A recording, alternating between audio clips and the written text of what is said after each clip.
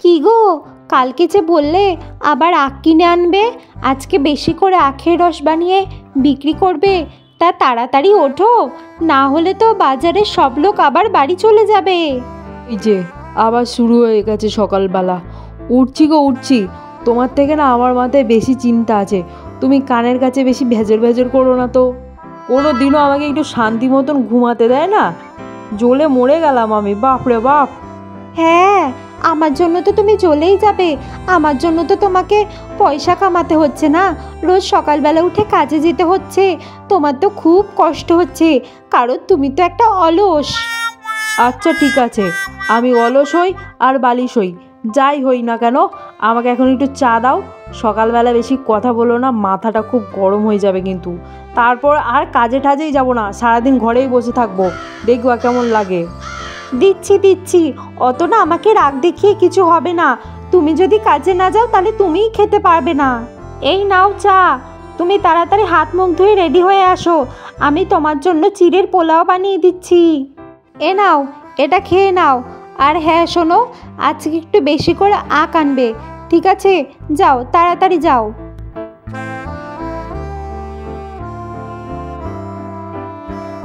ভাই, কেউ আছেন নাকি? এদিকে আসুন না। হ্যাঁ বলুন, কি হয়েছে?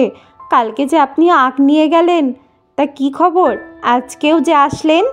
আমার আরও আখ চাই, কালকে যতগুলো নিয়েছিলাম তার থেকে আরও বেশি আখ দেন। ঠিক আছে দিচ্ছি, কিন্তু হ্যাঁ, পেমেন্ট যেন সাথে সাথে হয়। আরে বাবা হ্যাঁ, আমি তো আপনাকে বলেছি এক হাতে জিনিস নেব আর এক হাতে পেমেন্ট দেব, আপনি এত কথা বলেন কেন? হ্যাঁ হ্যাঁ ঠিক আছে ঠিক আছে, দিচ্ছি, আপনি দাঁড়ান। এই নিন আপনার আখ, আর হ্যাঁ, কালকেও আবার আসবেন, ঠিক আছে? হ্যাঁ হ্যাঁ, দরকার পড়লে আসবো বই কি। এ নাও গিন্নি, এই আখগুলো তাড়াতাড়ি রস করে ফেলো তো, আমি বাজারে যাব। এই যে হয়ে গেছে, যাও বাজারে নিয়ে যাও, ভালো মতন বিক্রি করো। আর হ্যাঁ, যদি খুব গরিব মানুষ দেখো যে সে কিনতে পারছে না, তাহলে তাকে একটা এমনি এমনি দিয়ে দিও, হ্যাঁ? আরে তুমি থামো তো, এখন ওই বিনা পয়সায় কিচ্ছু হয় না। একটা আখের কত দাম জানো?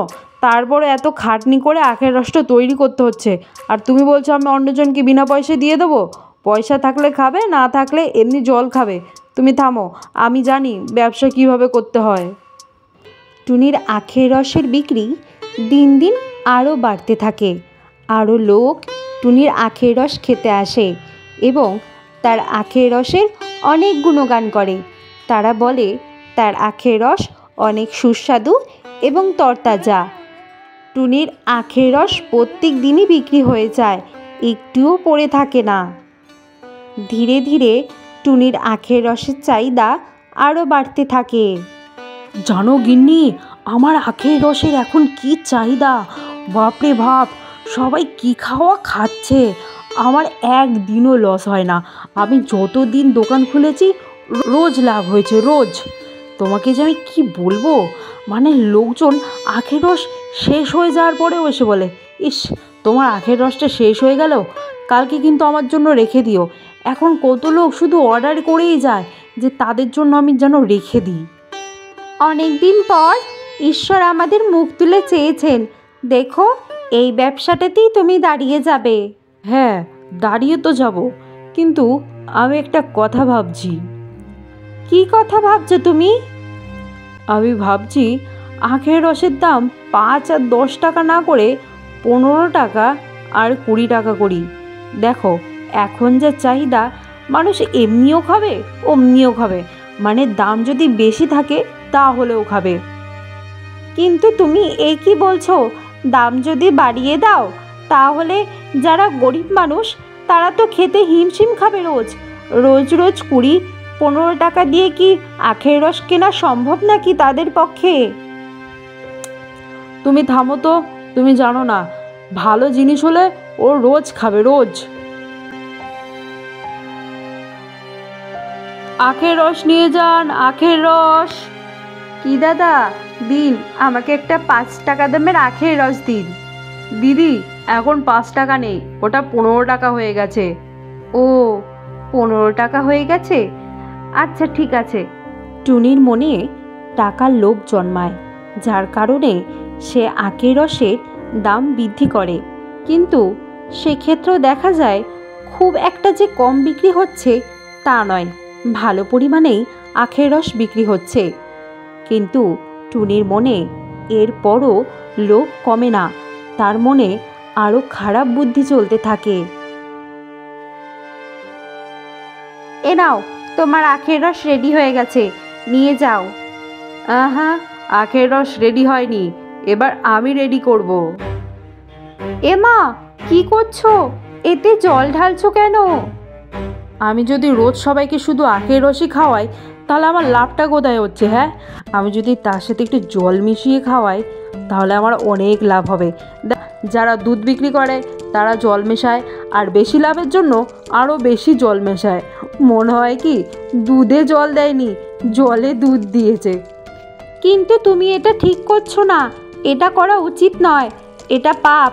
তুমি দাম বাড়িয়েছিলে ঠিক আছে, কিন্তু এটা করা একদমই উচিত না, কারণ তারা দাম দিয়ে ভালো খাবারটাই খেতে আসবে।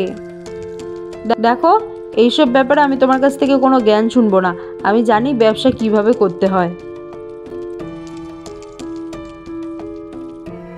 দাও ভাই টুনি, একটা আখের রস দাও, 15 টাকা দামের দাও। এটা কি ভাই, এতদিন তো তোমার আখের রস একেবারে সুস্বাদু, তরতাজা এবং মিষ্টি ছিল, এটা কি মনে হচ্ছে জল খাচ্ছি। এটা আজকেরটা ভাল লাগছে না ভাই, তুমি ঠিক করলে না, আমার 15 টাকাটাই নষ্ট হলো, আজকে এটা ভালো হয়নি। আখের রসের চাহিদা দিন দিন কমতেই থাকে তার লোভের কারণে। সে আখের রসের সাথে অনেক বেশি পরিমাণে জল মেশায় বেশি টাকা উপার্জনের চাহিদায়। কিন্তু গ্রামের মানুষ তা কখনোই মেনে নেয় না, তারা আখের রস আর খেতেই আসে না।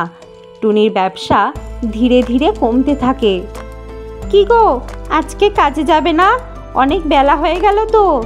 আর বলো না গিন্নি, আমার আখের রস আর বিক্রি হচ্ছে না, ওই দিনে একটা দুটো কিংবা তাও হচ্ছে না, কারণ সবাই ওই একই জিনিস বলছে, এটা আখের রস না জল।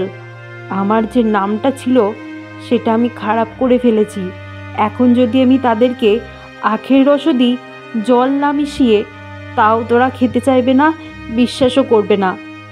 আমার যে নামটা ছিল সেই নামটা ধুয়ে মুছে ছাই হয়ে গেছে। আমি জানি না এখন আমি কি করব।